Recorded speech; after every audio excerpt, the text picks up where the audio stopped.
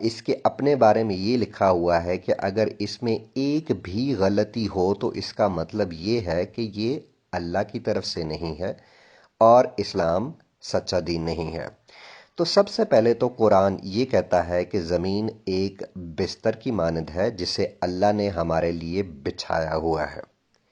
یہ سن کر بڑا اچھا لگتا ہے نا؟ اب یہی بات قرآن میں 12 جگہ پر کہی گئی ہے۔ یہ 12 آیتیں آپ اپنی اسکرین پر ان آیتوں کے نمبر اور سورت کے نمبر دیکھ سکتے ہیں۔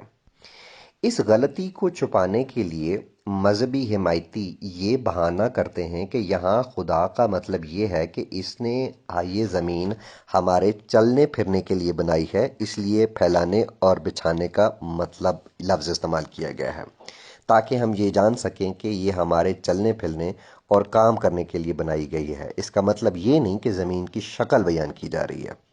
زمین ایک بڑی سی گول چیز ہے جس پر ہم رہتے ہیں اور چلتے ہیں، اس میں پھیلانے جیسی کوئی چیز نہیں ہے۔ اس کے بارے میں یہ کہنا کہ اسے تمہارے چلنے کے لیے پھیلایا گیا ہے، اس بات کا کوئی تک نہیں بنتا، بجائے اس کے کہ قرآن میں آسان سی بات لکھی ہوتی کہ زمین گول ہے اور ہم کشش ثقل یعنی گریوٹی کی مدد سے اس کے اوپر چلتے ہیں، تو یہ بات بڑی امپریسو ہوتی، لیکن قرآن نے ایسا کہیں کچھ نہیں کہا۔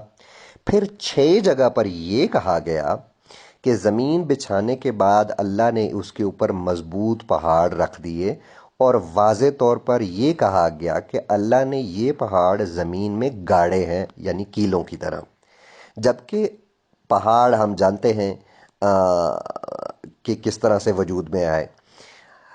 پہاڑ چلیں چھوڑیں، آگے چلتے ہیں۔ مزید قرآن میں یہ لکھا ہوا ہے کہ زمین بنانے کے بعد اللہ نے 7 جنتیں بنائیں۔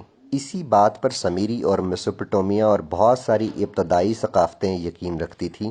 اسی طرح عرب کے لوگ بھی یہ مانتے تھے کہ اوپر آسمان میں 7 جنتیں موجود ہیں اور ستارے ان جنتوں کے بہت قریب ہیں۔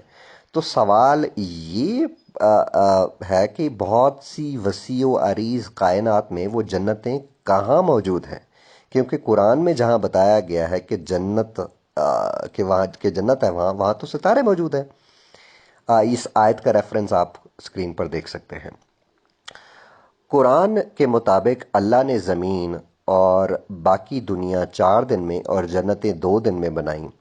اللہ نے باقی پوری کائنات 4 دن میں بنائی، تو ایک چھوٹی سی ناچیز سی اس سیارے کو بنانے کے لیے اتنا وقت کیوں لگا؟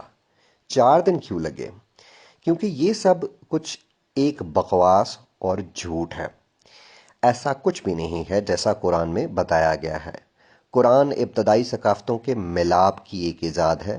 اس میں بالکل وہی چیزیں، باتیں اور غلطیاں موجود ہیں جو ابتدائی ثقافتوں میں تھیں۔ قرآن ہمیں اس وسیع و عریض کائنات اور زمین کے گول ہونے کے بارے میں کچھ نہیں بتاتا، کیونکہ محمد اور اس کے ماننے والے یہ باتیں جانتے ہی نہیں تھے، ورنہ قرآن میں خلا کے بارے میں، کائنات کی وسعت کے بارے میں، کہکشاؤں کے بارے میں، دوسرے سیاروں کے بارے میں، ستاروں کے بارے میں، کم از کم ہمارے نظام شمسی کے بارے میں تو کچھ لکھا ہوا تھا کہ وہ کیسے بنا۔ یہ ایک ایسی کتاب ہے جو بالکل درست ہے اور جو خدا کا معجزہ ہے، اور اس میں سے ایک بھی بات کی وضاحت موجود نہیں۔ یہ کیسی درست اور کیسا خدا کا معجزہ ہے؟ یہاں مذہبی حمایتی کہیں گے کہ اگر قرآن میں ان سب باتوں کی معلومات موجود نہیں ہیں تو اس کا یہ مطلب نہیں کہ وہ غلط ہے یا خدا ان سب چیزوں سے بے خبر ہے۔ مسلمان ان تمام باتوں سے خود کو تو بے وقوف بنا سکتے ہیں، لیکن ہمیں نہیں۔ قرآن میں سورج اور چاند کو لے کر بھی بہت ساری عجیب قسم کی باتیں موجود ہیں، جیسا کہ سورج اور چاند ایک دوسرے کا پیچھا کر رہے ہیں۔ اسکرین پر آپ آیت نمبر دیکھ سکتے ہیں۔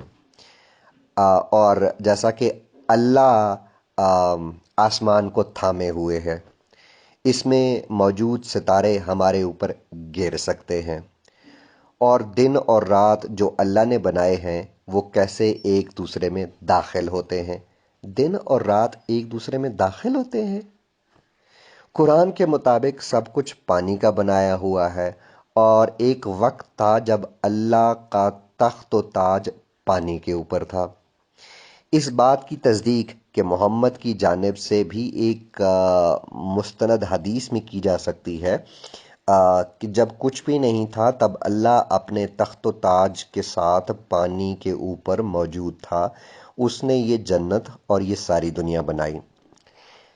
قرآن کے مطابق کچھ نہ ہونے کا مطلب پانی ہوتا ہے، اور یہ ساری کائنات پانی سے بنی ہے، جیسا کہ قرآن میں لکھا ہوا ہے کہ اللہ نے سب کچھ پانی سے تخلیق کیا۔ عربی کافروں کو کائنات کے علم کے مطابق یہ ساری دنیا پانی پر بنی تھی۔ یاد رکھیں کہ یہ ساری دنیا پانی سے بنی ہے، اور اللہ پانی کو اپنی نعمت بنا کر بھیجتا ہے تاکہ ہم پھل اور سبزیاں اگا سکیں اور منصوبے بنا سکیں۔